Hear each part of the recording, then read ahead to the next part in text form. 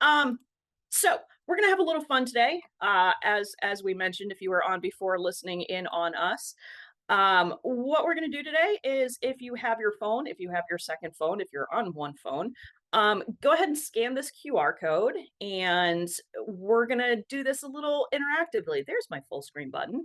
If you do not, oh, this is the other way we can do it. If you do not have, or if you're watching on your phone, you can go to menti.com. That's up there at the top of the screen, and use that 8-digit code to log in. So if you're on your phone watching this and trying to do it, it might be a little tough, but hey, we'll see how it goes. And this way, if you do this, again, you can participate. There is a quiz. There will be points on the quiz. You will get bragging rights if you win the quiz. You'll get a certificate with a gold star. I don't know. And you'll be able to screenshot stuff as well. So if there's a certain slide, you don't have to do that awkward thing where you try and take a picture of the screen. You can just screenshot your slides and you can comment on them, stuff you like, stuff you hate.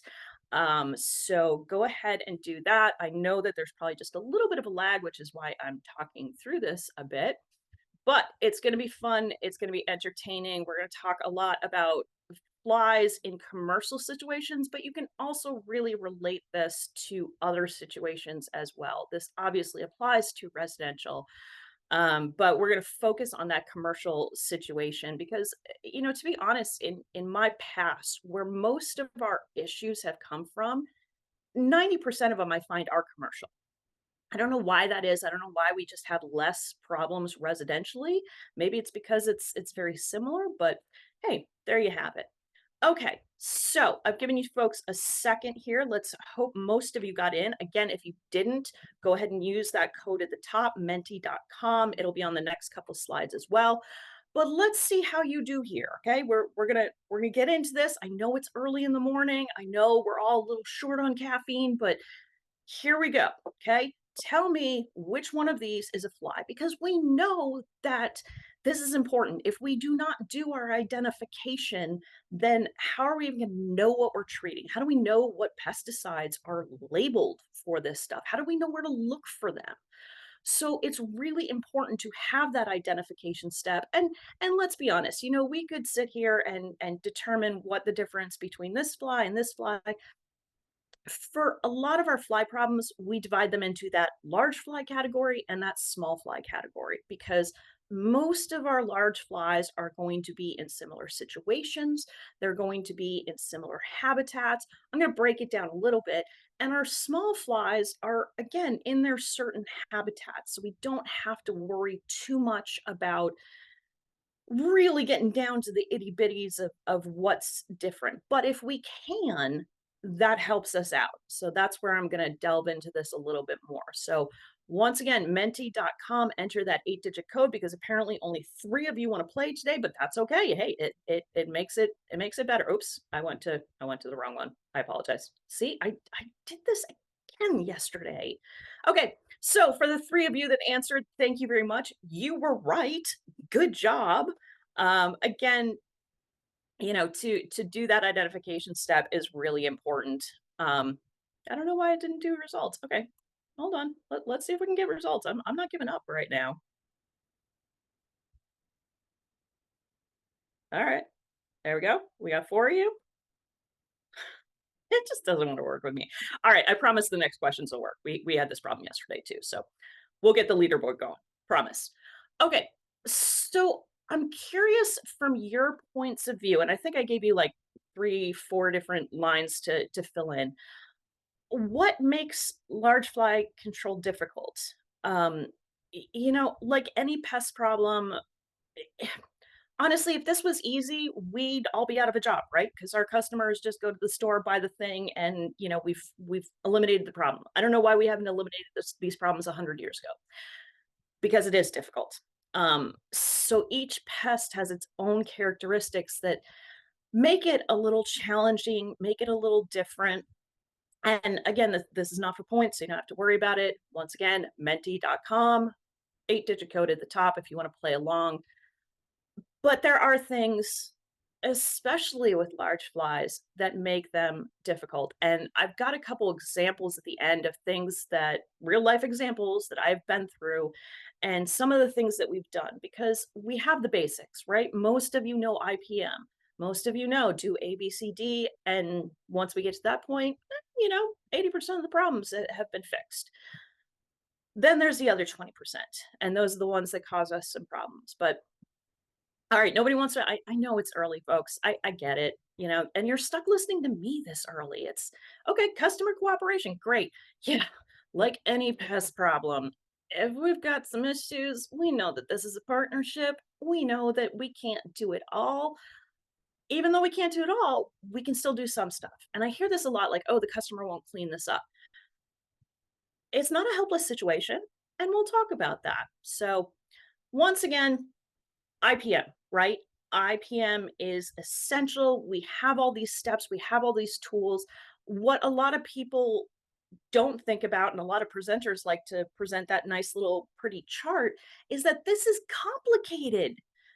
All of these things intersect. Like I said, we may not have sanitation. And so that's going to affect what pesticides we can use. That's going to inspect maybe some of our monitoring tools. If we don't have physical controls, that's going to affect how we identify. I mean, it's all interconnected, and not having one thing makes the whole system a little bit more challenging, but still doable.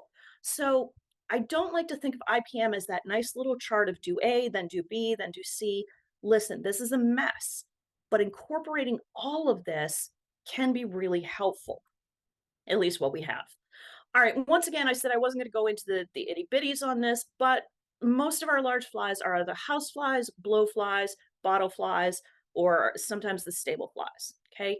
And each one has slightly different food preferences, slightly different locations, and that's again going to affect how we do treatments. So this one is not for points, so you don't have to hurry here, you don't have to rush, but thinking about I think I did housefly here. Yes. So, how many eggs can one female housefly produce in her lifetime? And remembering that flies do have a slightly long, or sorry, large flies have a slightly longer lifespan than our small flies that are like 7 days as an adult. So, most of our large flies, 2 weeks, sometimes 3 weeks, depending on what the conditions are. But I mean, over that lifetime, how many eggs can that one female produce for that housefly? And I did take out. I was joking that I didn't have the right pictures, but I did get my mosquito mug today, so that's the closest I could do to large flies. I'm sorry if somebody finds a large fly mug, feel free to send it to me. I've got quite the collection going, so I'd love to add to it. All right. Anyone else wanna play along? There we go. Got a few. Okay. Couple good guesses there. I gave you quite a range to play around with, so there's definitely some room in there. Ooh, somebody went big there. Nice. Go big or go home, right? All right. Again, I know there's a little bit of a lag, so I'm trying to talk through this and let you folks get in on this, but here we go. Correct answer. Oh, you guys were all a little high, but the correct answer is about 500. Now, we all know that varies, temperature, humidity, food, all that stuff, but good guesses on those. You guys definitely went a little high, which is what's going to happen in a lot of cases. Okay. Now, this is for points. So, if you're on, get on here. Make sure you may want to if it's so early. Let me try that again. If you're on your phone, you may want to switch your phone to keep the screen active. Sometimes if it goes to sleep, it's just a little iffy on it coming back, and then I have to keep talking and blabbing all about this, and I only have so much going for me here. So, all right, with the two of you, but that's okay. We're gonna have fun here. This is a two-player game. We're gonna see who wins. All right, here we go. The first question that we are dealing with, or second question, I forget. So, what is the limiting factor in large fly development? Okay, we know that there's a bunch of factors that are going to affect development, but the limiting factor, the one that if you manage to do that one, it's going to be huge. It's going to be the majority of that development. So, what do we think we have here? Okay. Correct answer here was food. Yes, everything else matters, but food is that limiting factor. You can mess with the water, you can mess with the shelter and the humidity. It's going to mess them up a little bit, but food is what's going to do it. So we've got our leaderboard going. Hector, you're getting the certificate right now. Gold star for you. So if food is the limiting factor, then all we have to do is clean up all the food. I mean, it's simple. It's easy. I don't understand why you guys haven't done this yet. Just clean up all the food. Yeah. How many times have you heard that? I get it. I've been out there. We can't legitimately clean up all the food, okay? There's always going to be food somewhere.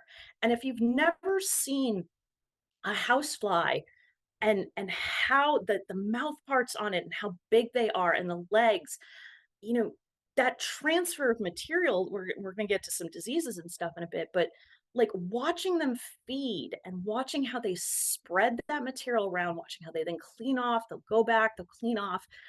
That food is super important. That food has to be wet in some way. They can kind of regurgitate a little bit to dampen up some stuff that's already moist, but they're not going to sit there and, feed on a rock. That's just too much. So really cool to watch them feed and how they do that and how they'll move from one source to another. And you can imagine again with those legs, with those mouth parts, how they can spread food stuff around. So we legitimately cannot clean up everything. I get it. I should mention too that most of these pictures in here are pictures that I've taken from real life situations. This was a quick service restaurant. You can guess which one. I don't care. I'm not going to tell you. But I, my new mantra here is if it can't be seen, it won't be cleaned. So anything too high or too low, people aren't going to see it. I admit, I'm about 5'3". I'm a little short. Do you think I clean the top of my refrigerator very often? No, because I don't see it. So out of sight, out of mind. But when we have commercial accounts, especially our commercial accounts with food, we are dealing with this source. And why would flies go anywhere else when you have all of this food, this dampness, this habitat for them to live in? So our challenge here is one, identifying these areas for customers, and two, identifying like the really bad ones. Okay, listen, this can be cleaned up some. It's never going to be cleaned up totally. You got that drain there, you've got a bunch of stuff. There's always going to be food in this quick service restaurant, but a lot of this can be cleaned up. And so when we think about sanitation, I really encourage people to stop thinking about sanitation as a yes, no, as a we can do it or we can't. Think of sanitation as limiting the amount and the access to that food. If we can just limit how much food is there, we've already, made that much smaller, and that way not as many flies can feed on that, not as many of the larvae can develop in that because there's just not enough.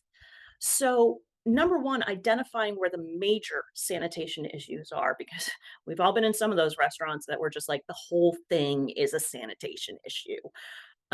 But trying to identify where some of the worst parts are, communicating why we need to do that, and then kind of working around. But even knowing where these sanitation issues are can help us. Remember, I said that sometimes we don't have everything and we're never going to have perfect sanitation. I mean, if I have an issue in my kitchen, there's no way I'm taking all of the food out of my kitchen for even a day. So we have to work around that. And where some of these sanitation issues are can help us with some of the other tools that we have. One of the things that we're working with large flies is that they are typically coming from the outside. I had a problem with chipmunks last year. I do not have a problem with chipmunks this year. Thank you, trapping. But we know when there's dead animals that this happens. Flies find dead corpses very, very fast. As soon as they're dead, they start to decompose, and flies are able to pick up on those minuscule amounts of scent to get there. And you can see exactly where they go first. They're going for that soft tissue. They're immediately feeding on some of that. They're going to lay their eggs there. And as it further decomposes, we're going to find more flies. We're going to find beetles, some other stuff that are going to feed on that as well.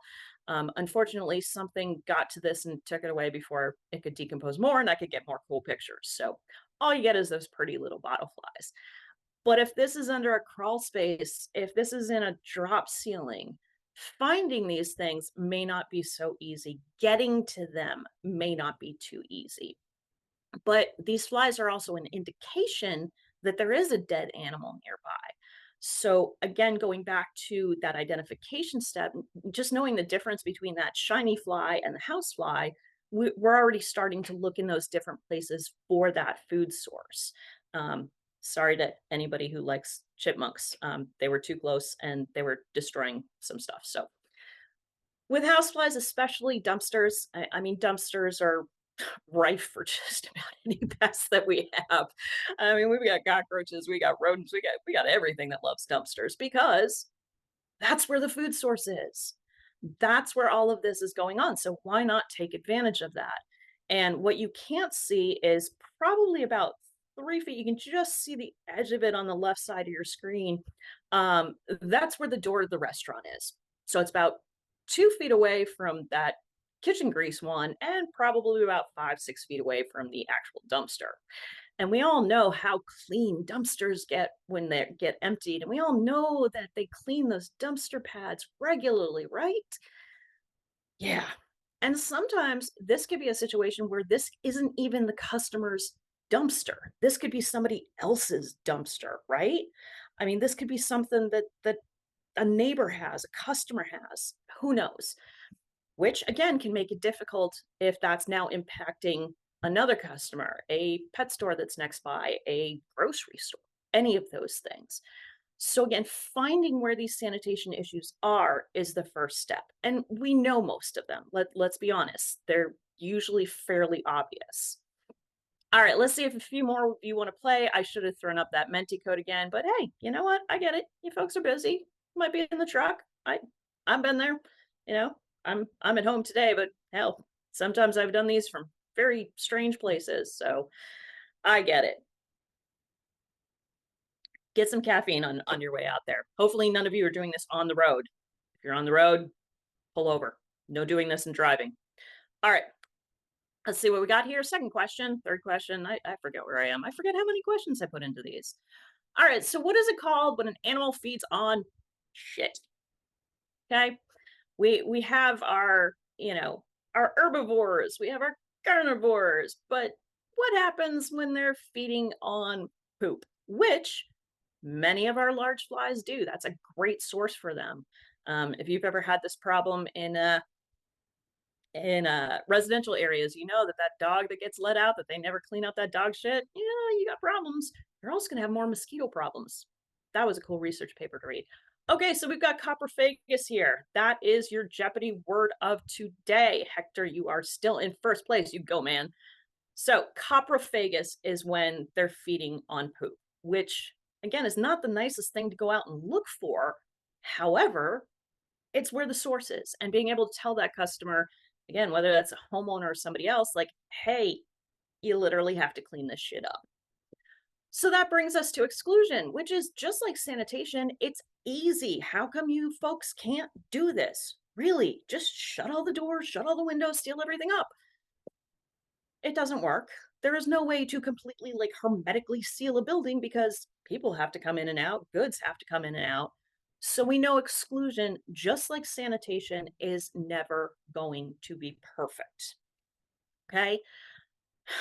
Yes, I left Outback on that sign because I was at an Outback. And let's be honest, how many times have you seen this in pretty much most restaurants that you may have ever been into? This door should remain locked and armed and everything else at all times, and it's propped open. Now, usually it's propped open with that rodent bait station, making it even worse. But in this case, they were using a box. So we know where they're coming from. We know what's happening here. So our challenge here is how do we put in controls and preventative measures to compensate for this? We want to compensate for those sanitation issues. We want to compensate for exclusion. Yes, it would be perfect if they actually followed their own damn sign and kept that door shut. It's not happening. But because that dumpster is right outside there, we know where those flies are coming from. And what you can't see is you see that one Rubbermaid garbage can there. There's actually a line of about 6 of them out there. And we all know how well restaurants clean out their garbage bins because those liners are perfect and never leak and never have that amount of buildup at the bottom of the trash bin. No, never. Okay. So we need to find those openings. We need to find the ones that are the major issues and concentrate on those areas. Yes, we need the customer help. That was, again, something that you folks wrote in on the what makes this difficult. Customers make this difficult. They're the one propping open the stupid door. And yes, I did shut the door, and I don't know if I locked anybody out. Too bad. Then we have smaller stuff. We know that doors don't stay sealed forever. It doesn't matter how good of a door seal you put on them. Eventually, that is going to degrade. It is going to get bent. Something's going to happen. So, in this case, we've got a pretty standard dock door. You can see where the light's coming in. If the light's coming in, bugs can get in. Pretty simple and easy to find some of this stuff. But remember too that your customer is not looking for things like this, and they're not looking for things in this way. They may say, or they may see that, yeah, the door's a little bent, but they're not thinking that since I can see daylight, stuff can get in, and that's why I'm having a fly problem. They're not making that connection because you folks have that. You have that knowledge, that experience to know that they don't. I was doing a tour of an airport. They were having some issues actually with rodents, but as we were going around, the guy that I was with at the end, he's like, I just learned so much about pest control just listening to you because I was explaining as I went along. It's kind of boring if you don't talk to the people you're with. He's like, "I never realized that, just having that crack in the door was allowing pests in." Again, it's just a different mindset. So sometimes they don't understand. And, you should be documenting this. You should be telling them, but, whatever. And then we have things like this. This was a flour mill I was working with that couldn't understand why they had a whole bunch of mice in there. Gee, big mystery. I don't know. And of course, you've got that right next to a dock door with a truck that's probably loading, unloading a whole bunch of goods. So now we may be transporting mice around. If any of you remember a couple years ago, the Dollar Tree, the Family Tree, whatever it was, one of those dollar store sagas, that they shut down a distribution center because the distribution center was so full of rats that they were literally transporting them to stores, and they shut down something like 500 stores for a couple days to clean them out. It was huge. Real cool thing to look at this point now that we have more information. But now we're seeing the same thing with boar's head, and we know that they had insect problems. And you know what transfers foodborne pathogens around? Yep. So we can't have perfect sanitation. We can't have perfect exclusion. Sometimes we don't even have good identification.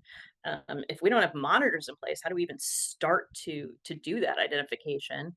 So what do we do? This is where you come in with your knowledge, your experience, everything that you've had. This is where you come in with the skills to take care of some of these problems. And remember, this is not black and white. Just because they won't shut the door does not mean that we can't do something. It won't be perfect, don't get me wrong, but we can still do something to minimize that effect. So, all right, just out of curiosity, not for points, but if you could only pick one of these methods, like that was it, you're only allowed one of these methods, what would you do? What do you think is going to be the most effective with large flies in commercial facilities? And again, I'm just curious. I've had this question in a couple of these presentations, and it's kind of interesting to see different groups, different areas, and how they answer this. There is no right answer. Again, no points, no judgment on this. Just a curiosity thing, and to share with all the folks that are on this. What do you think is going to be the most effective here? So, okay, so we got foggings. Nice. Yep. Foggings are certainly going to help to knock down, especially the adult flies. We got light traps. Yeah, I'm a fan of light traps. We're going to talk about that that in a minute. Really, you would think I'm an hour later than you. I should be better than this at this point in time. And I've had caffeine. All right, so we got some granulars. Ooh, yeah, especially on the outside. And yeah, our liquid sprays. We've got some good liquid sprays there. So, okay, so we got foggings in first place. Interesting. Cool. Again, not for points, no judgment. Let's talk about light traps. I can kind of get on my soapbox a little bit when it comes to light traps because they are a monitor. Yes, they're a trap, but they're a monitor. But we don't use them as much as we could, as much as we should as a monitor because we're not really collecting data all that well. Now, some of you in some accounts, absolutely. But in your general restaurant, a lot of times, you're in there monthly, hopefully monthly, sometimes it's every other month. You pull that glue board, you look at it real quick and say, yeah, there's 100 flies, you fold it, you throw it away. But if we're really analyzing these for what data they provide, we can use this for treatments, for more effective controls. But again, I'm not going to go off on monitoring aside from that. I'm off my soapbox, I promise. Okay, so that brings us to treatments. And shout out to the folks in Tennessee for their calendar. I hope they do it again. This was so much fun. They did it for charity, and some of the pictures are just fantastic. So, if you're looking for a good fundraising event, I really encourage you. I know we got a lot of good looking folks out there, so this will be you next year. So really the important part is going to be treatments here, right? So, yes, we want to focus on sanitation, exclusion, all of that, but when it comes down to us, we want to get rid of the flies, right? And that's most people's question is what are we going to do about this? Assuming we have dealt with the other stuff or can't deal with the other stuff. So here we go. Question 3. So where can you not use granulars? There are fly baits, there are great granulars that are out there, but just like any pesticide, it's not for everywhere for everything. So for our granulars, where can we not use them? And remember, there's a couple fly granulars that we have out there, a couple different labels that we're looking at. So all right, there we go. Great job. Scattered in animal areas. We do have a granular bait that we can use indoors as long as it's in a station. And I'm going to come back to that because that's pretty important. So, Hector, you are ruling this, my friend. Love it. You're in first place. You go. Okay. So, talking about those granulars, I really like granulars for the aspect of their longevity. We know if we put them out, unless there's a huge amount of rainfall that floods the area and pushes them away, or some massive, hurricane force winds, they're pretty much going to stay in the spots that you put them in. So they're great around like dumpster pads, all those areas with that sanitation issue. Had an old coworker that I used to work with that had the greatest thing. If you know Tim Hewson, he used to say that if you can't clean up the sanitation, if you can't clean up that food mass that's still there, make it toxic. Okay. This is where that aspect of compensating comes into. So, if we have that dumpster pad that we know is an issue, that we know is not going to get cleaned, okay, let's focus our efforts there. And so, we have a number of different fly baits. I do not provide product recommendations unless you're one of my customers. So if you want me to work for you, just contact me. But we have a number of different ones. Read and follow the label. I don't know how many times we can say this. Read and follow the label because they are slightly different. There is that one that we can use indoors in a station. What I also like about this is if we do use it in stations, whether that's inside or outside, it gets it off the ground. You can put these stations on, the side of a dumpster corral on that fence so that, the flies aren't always on the ground. Yes, that's where the food source is. That's what they're going to be feeding, but, they're flying around that eye level area. So why not get some of these stations a little bit higher, give them that additional aspect of being able to feed on this additional material that's in a different spot. So, and you can use it as a monitor. Okay, how much bait have they eaten in the last week, in the last month? Do we need to add more? Are we having more sanitation issues? So it gives you that extra option. And I don't think we use fly bait stations as much as we honestly could. I think they're an underutilized tool that we have. Brings us to liquids. Liquids are great too.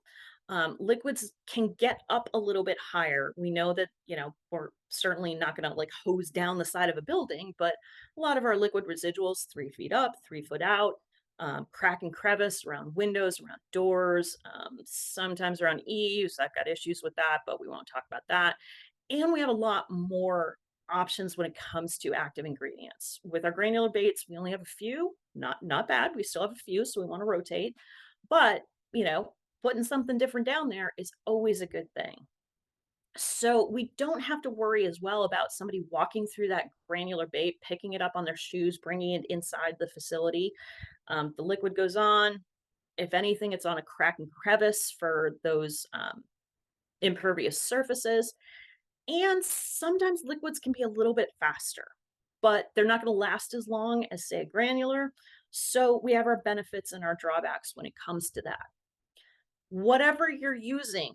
Oh, and I should say too, with those liquids, make sure you incorporate an IGR in there. Not Gentrol, because Gentrol is not sunlight stable. So you want to use one of the Nygaards, Teco Pros, anything with that pyriproxyfen in it, not Gentrol, just because it doesn't hold up in the sun. Whatever tool we're using, it's not about the tool. It's about how you're using it. Okay. It's always going to come down to that. You can have the best granular bait in the world, but if you're not putting it by the dumpster where it belongs, it's useless. Okay. Just like putting an, no joke, I saw an insect light trap installed on the ceiling the other day. Yeah, on the ceiling. And that ceiling was about 8 feet up. It wasn't just like a normal ceiling. I mean, it was like 8 to 10 feet up there. And I'm like, how do you even check that damn thing? That's useless. I can't believe they even found a way to plug it into the electricity. But, anyways, it's not the tool, it's how you're using it. So we're back to where are those conducive conditions, right? We're back to where is that food? So if we know where that food issue is, and again, I'm focusing mostly on the outside because that's where the majority of our problems are going to be coming from. That's where the breeding ground is. That's where the larvae are. We can knock down a couple adult flies, but those 500 eggs that that one female has laid is still sitting there waiting to develop, waiting to come out in about a month.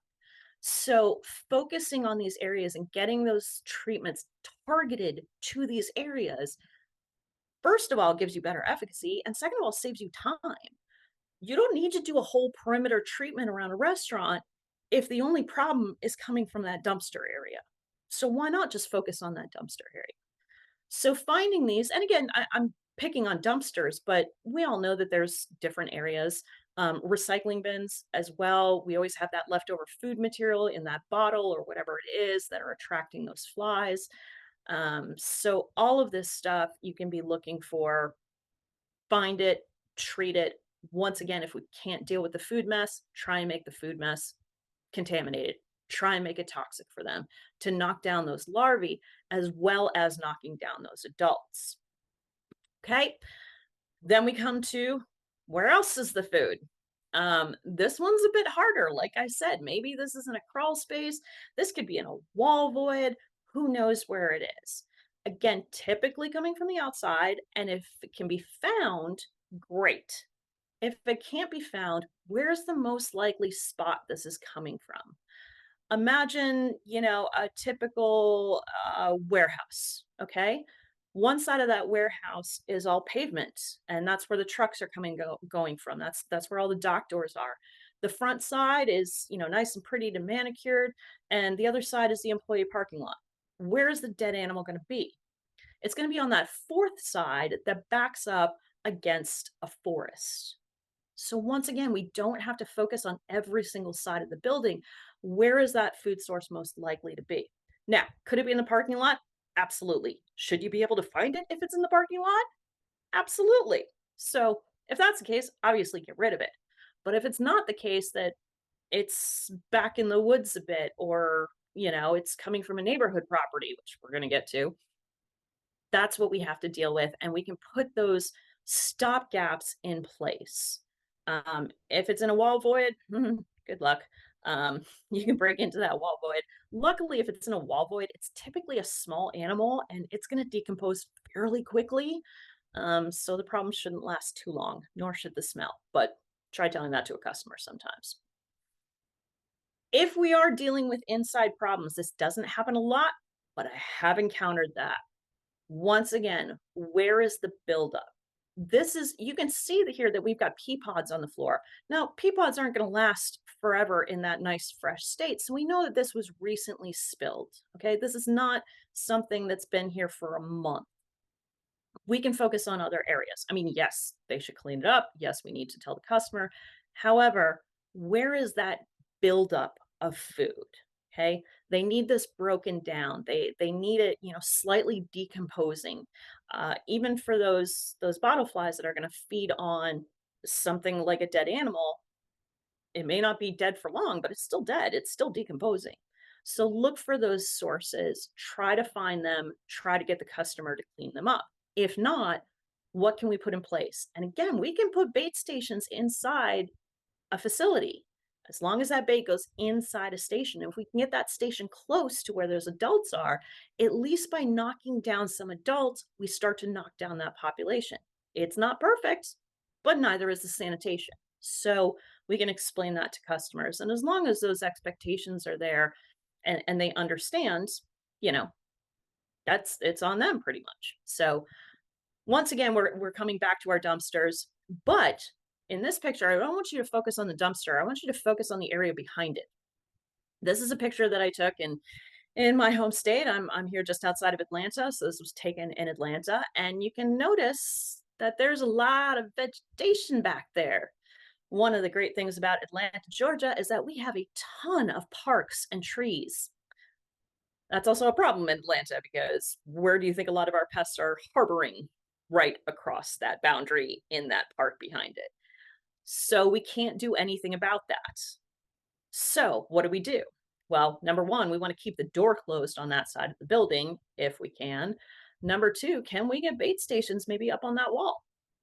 Maybe on the top of that wall, on the back of the dumpster. We focus those efforts right around that area to diminish what we've got going on. All right, how's my time here? Oh, good. Awesome. One that I I don't even know what to say about this anymore. It's just, I mean, come on. In this case, though, we know the opening, we know it's going to stay open. So can we put light traps nearby? Can we intercept those adult flies as they're coming in so they don't come all the way in, so they don't become established? Again, that breeding ground is probably outside, but that light trap, maybe two light traps, maybe one on either side of the door, maybe, one a little bit farther in to intercept any that get past that first light trap. We can still put these speed bumps in place to diminish what's going to happen. If they insist on keeping the door open, they're going to continue to have a problem with flies. We're just going to make that problem a little bit less until they deal with that stupid door and stop putting the bait station down there too. Okay, this is my favorite restaurant in New Smyrna Beach, Florida. Love it. It's awesome. The kitchen is enclosed. You actually can't see it from this picture, or maybe you can. It's in the back there. But awesome restaurant, fantastic food. It's all open. How do you deal with flies in what is essentially a park with food in it and booze? They've got a really great wine list. If you're ever down in New Smyrna Beach, love it. Now, I'm not picking on this restaurant because they actually don't have very many problems unless you count the mosquitoes, but that's Florida, so what are you going to do? So, in this case, what they've done is pretty smart. And you can see one right in the middle here, right attached to the top of the bar. They have fans. Okay, that sounds kind of stupid, but even large flies aren't excellent flyers.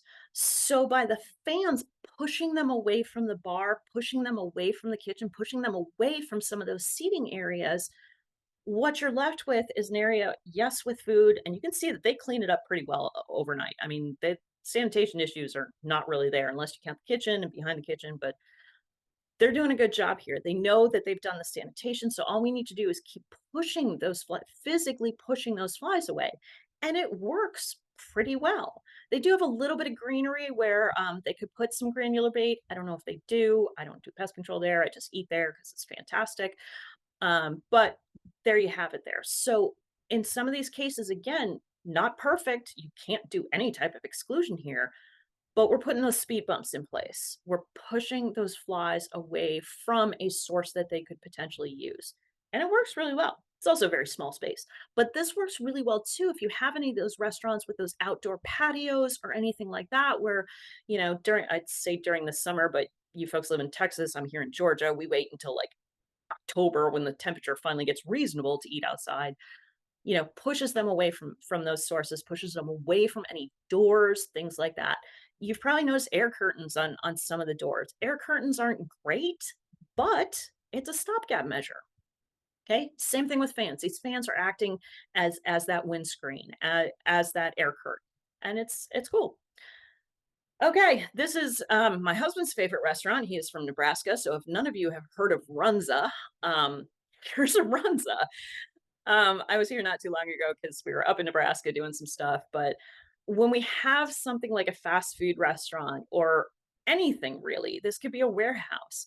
One of the things that we find is that they are absolutely attracted to lights. So especially with fast food restaurants, that back board that is all lit up, that is where flies are resting.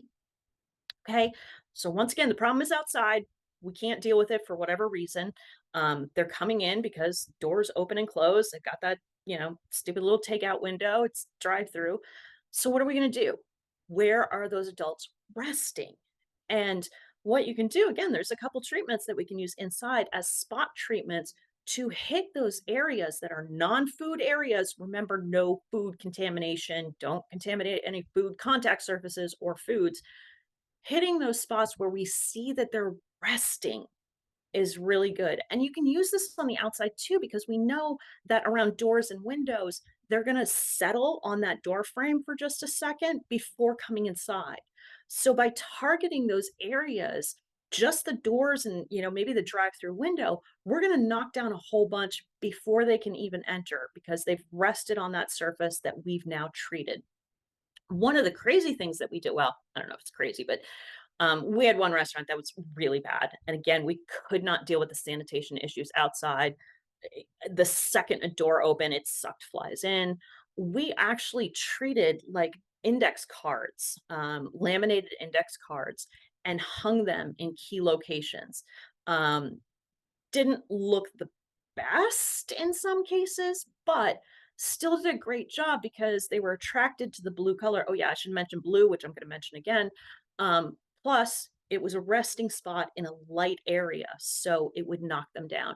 And the restaurant just had to be really good about cleaning up dead flies all the time because that's not good for the customer to see either. Okay, question 4.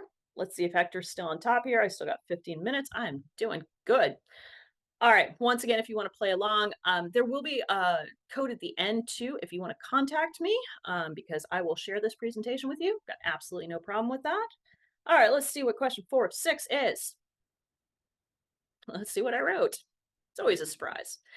All right. Optimal temperature. We know small flies develop really quickly, but a housefly at optimum temperature, how long does it go from that egg stage to that pupa stage? Okay. Just that time. And again, this is optimal. Temperature is perfect, food is good, humidity, everything is absolutely perfect for these little folks. And there we go, 4 days. Now, this is contrary to a lot of what we get told sometimes is that they'll take 14 days to develop. Houseflies especially can develop a lot faster than a lot of people are saying. And this comes from research. I didn't just, pull this out of my pocket or something. This comes from validated research on scientific papers. If you want that paper, I'm happy to share it with you. Okay, let's see. Hector, you got it. Gold star. I know we still got one more question, but okay. So what does all this mean? We've got sanitation issues. We've got exclusion issues. We've got some pesticides. What are we going to do about it? Okay. If this happens, one, you are probably going to have to treat more often. Let's be honest. You can't treat a large fly problem that is going to develop in 7 days from egg to adult stage. You can't treat that on a monthly basis. You may have to treat it every week. May have to treat it every other week. I don't know. Use your judgment, see what's going on, use your monitoring devices. We also have to be aware of the weather. We can't control the weather. Pudge is the only one that controls the weather. Shout out to that movie, if you're a Disney fan. But if we know a weather event is coming, or if a weather event has just happened, can we compensate for that? Can we go out? Can we put something else down that's going to affect that? Once again, sanitation. I mean, how many times can we say sanitation, and how many times can we say that it's still the customer's responsibility? unless you're charging for it. Hey, go for it. I don't care. So the ability of these flies, once again, that 4 days just from egg hatching out to the pupal stage, we're looking at a 7-day development time sometimes for house flies. The sheer amount of flies that can create, if conditions are perfect, if there's no unnatural mortality, it's just all natural mortality, all the food, all the water. When you think of the sheer number of flies that can create from April to August, what is that? April, May, June, July, 4 or 5 months. That's crazy. And this is why we have problems with flies. Okay, question 5. Let's see what I got. Still good. I got 2 cool stories I want to make sure that I get to because it's just, eh, again, it illustrates the point that our conditions are never perfect. IPM is not simple and easy in a nice straight line. So hopefully you folks are yelling the answer at the screen for those of you who aren't there. Out of the 67 flies collected from hospitals in the UK, how many of those had human pathogens, foodborne pathogens? 67 flies collect. I have hospitals down there, but I think it was just 1 or 2 hospitals. Maybe it was 2 or 3. It wasn't a lot. Um, okay, I said 67 flies were collected. How could 69 of them have the prop? Come on, folks. All right. Yes, it was all 67 of them. Every single fly they collected had foodborne, human-borne pathogens. And some of what they were finding too was not just bacterial, antibacterial resistant, but multi-drug resistance in some of that. Okay, cool story time. I'm doing well in time here. So, a lot of cases, this is not our fault. It's not our customer. This is across the fence. This is the neighbor, whatever it is. You folks are in Texas, so I'm sure you're pretty familiar with what a feedlot looks like. And it really sucks when that feedlot is right next to a warehouse. We don't service the feedlot, we service the warehouse. So, what are we going to do here? Again, this is not on all 4 sides of the facility. So we're focusing on those 1, maybe 2 sides that are going to have the most issues. We know where the flies are coming from. So focusing on that side is super important. We're going to hit those doors and windows with a little bit of a liquid residual because we know the problem is not the larvae, the problem is the adult flies coming in. So we want to get them where they're resting. Doors, windows, sunny surfaces. They like that light. So if you have a side that's on the north side, probably not as many flies as the south side. Again, depending on where that feedlot is located. So we had to do something a little bit different here, get a little creative because that alone was not going to solve the problems as much as we needed them solved.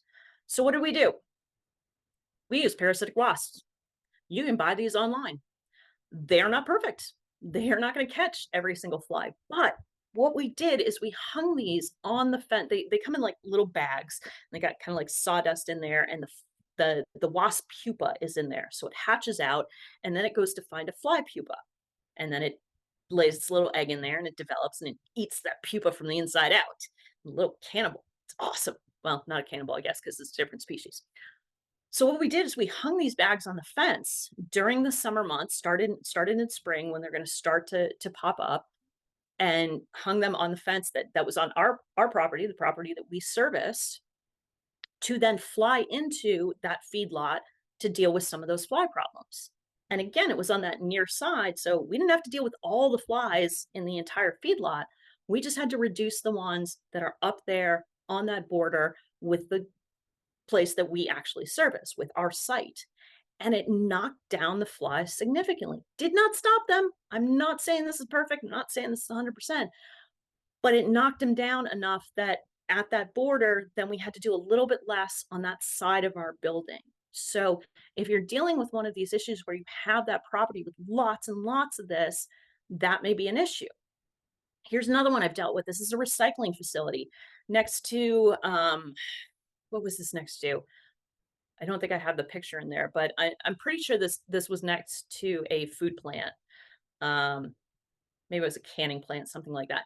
But I mean, we have all this outdoor trash. They don't care about the flies there. They're just like, yep, it's flies. We got recycling stuff and there's all this food material. You see that big vat of some kind of liquid that's in there. And of course, they're flying across the property to our food facility. So, what did we do here? Again, targeted those areas, targeted that side, but again, it wasn't helping enough. So, what we did is we built bait stations. Okay. Now, this was big. Again, the problem was big. So, if you read the literature, those larger flies are attracted to this kind of medium blue color. And if you paint black stripes on it, it's even more attractive. Something about the contrast of that black and blue. We drilled holes. These holes are a little big. I would have preferred a little bit smaller, but we need some ways for the flies to enter. We've got them on blocks because I want them anchored down. I don't want them tossed around in the wind or anything. And we put granular bait in the bottom, which worked. What we didn't realize is that we would catch so many flies that would die in there that they actually covered up the granular so other flies couldn't get to it. So what we did here after learning that lesson, we actually painted the inside of it with a liquid insecticide.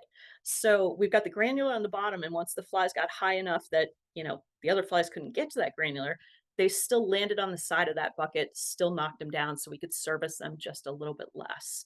So you may decide to do this with like an ice cream bucket size, something even smaller, but this was a huge problem.